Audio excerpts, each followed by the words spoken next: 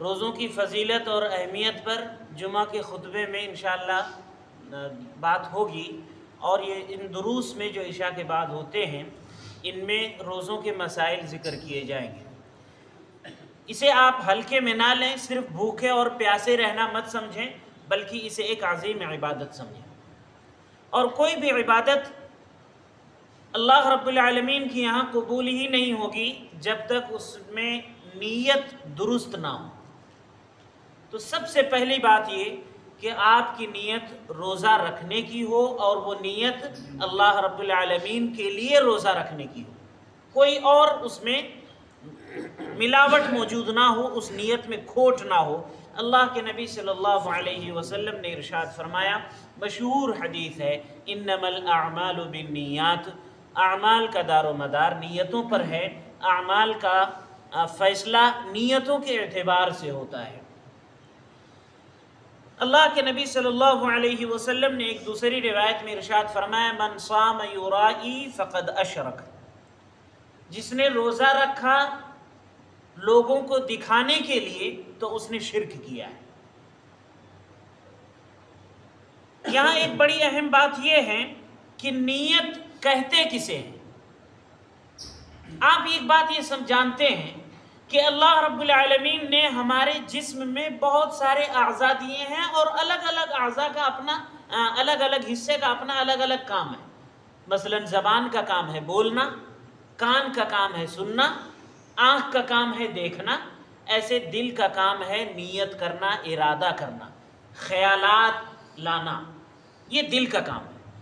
جس طریقے سے آپ کان سے دیکھ نہیں سکتے، آنکھ سے سن نہیں سکتے ہیں، زبان سے آپ دیکھ نہیں سکتے ہیں، ایسے ہی آپ دل سے ارادہ کر سکتے ہیں اور زبان سے ارادہ نہیں کر سکتے۔ جس حصے کا جو کام ہے وہ اپنا کام اس کا ہے۔ اب آئیے بات اصل یہ کہ کیا زبان سے نیت پڑھنا یہ درست ہے، ضروری ہے، یا سنت ہے، یا بہتر ہے؟ تو پیارے ساتھیوں، کوئی بھی عمل، نیکی کا عمل، اسے ہونے کے لیے یہ لازم اور ضروری ہے کہ اس کے لیے کوئی دلیل ہو۔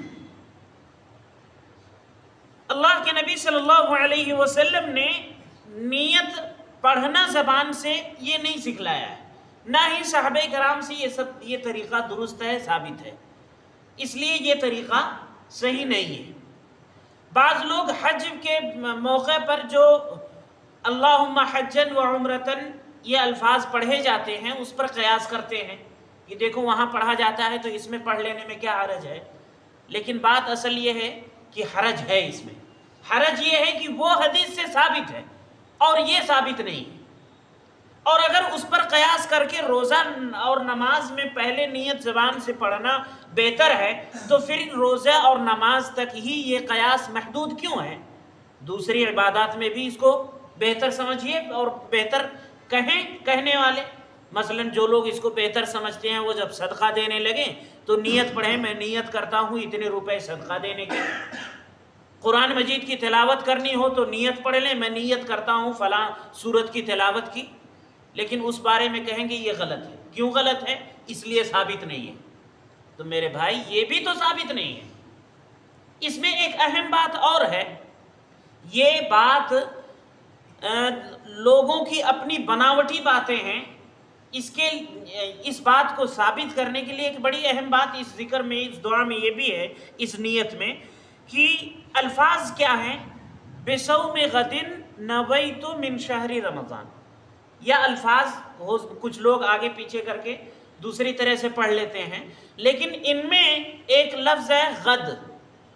کوئی بھی ایک شخص جو عربی جماعت کی ابتدائی درجات پہلی دوسری جماعت بھی پڑھا ہو، اس سے اگر پوچھیں گے کہ غدن لفظ جو اس میں آیا ہے غین اور دال، اس کا کیا معنی ہوتا ہے، تو مجھے پوری امید ہے کہ وہ یہی بتائے گا، جانتا ہوگا کہ اس کا معنی ہوتا ہے آنے والا کل۔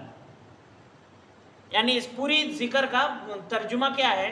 میں رمضان المبارک کے مہینے میں کل کے دن کے روزے کی نیت کرتا ہوں، یہ اس کا ترجمہ ہے۔ پڑھنے والا اس نیت کو پڑھتا کب ہے؟ فجر کی اذان سے یا طلوع فجر سے پہلے، اور کہتا کیا ہے میں کل کے دن کے روزے کی نیت کرتا ہوں۔ کل کا دن آئے گا کب؟ آپ انگریزی مہینے کے حساب سے بھی سمجھ لیں اور جو اسلامی کیلنڈر ہے اس کے حساب سے بھی سمجھیں۔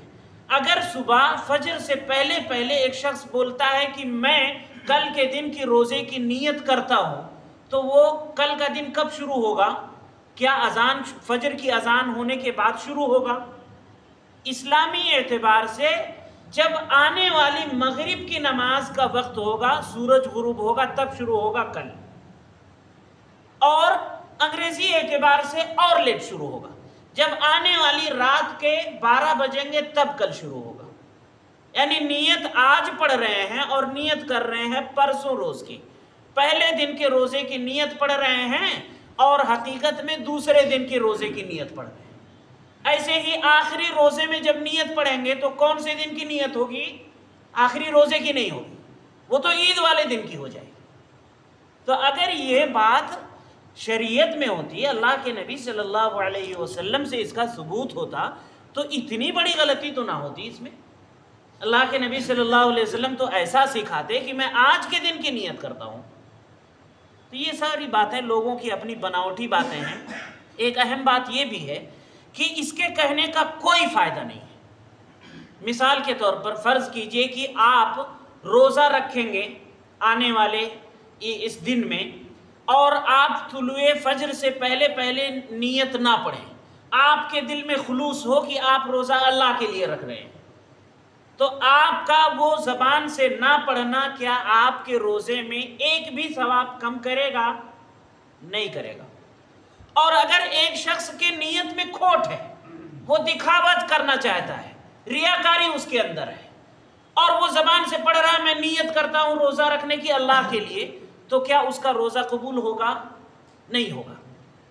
تو زبان سے پڑھنے اور نہ پڑھنے کا کوئی فائدہ ہی نہیں، کوئی مطلب نہیں۔ اللہ تعالیٰ تو آپ کے دل کو دیکھ رہا ہے، آپ کے دل میں کھوٹ ہے تو زبان سے کہنے کا کوئی فائدہ نہیں، اور آپ کے دل میں کھوٹ نہیں ہے تو پھر زبان سے نہ پڑھنا آپ کے ثواب میں کچھ بھی کمی نہیں کرے گا۔ اللہ تعالیٰ ہم سبھی کو اچھائیوں اور بھلائیوں کی توفیق دے، دین کی صحیح سمجھ عطا فرمائے، آمین۔ وصلی اللہ علی نبی وعلی آلہ وسلم۔ سبحانک اللہم